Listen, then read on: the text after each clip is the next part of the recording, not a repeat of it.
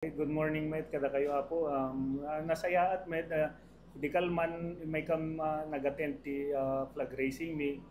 And then nag-session kami ti umuna nga aldaw mi nga pa nagserbi ti ili mi ket nasaya at met ken na anayas ti session mi.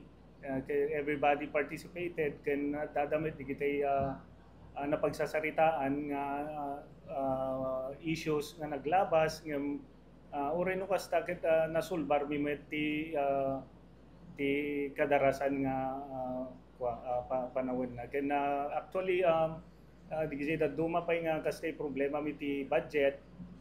Napan ni apo sekretarya ita apo nga nag-follow up regarding that matter ket sapay ko mata masulbaren ket may lupas met ti neto nga budget mi ket umay manen ti preparation ti sumarno nga tawen para ti budget ti munisipyo.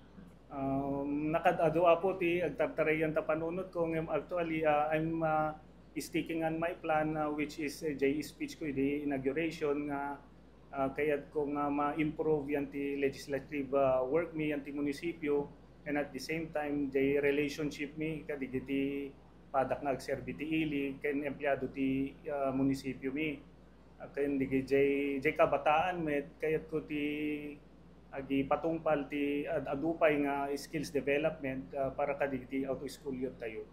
Digi jay lang simple lang nga gagama po ti pangrugyanan ti 100 days being nakadupay ti plano para yan ti ili.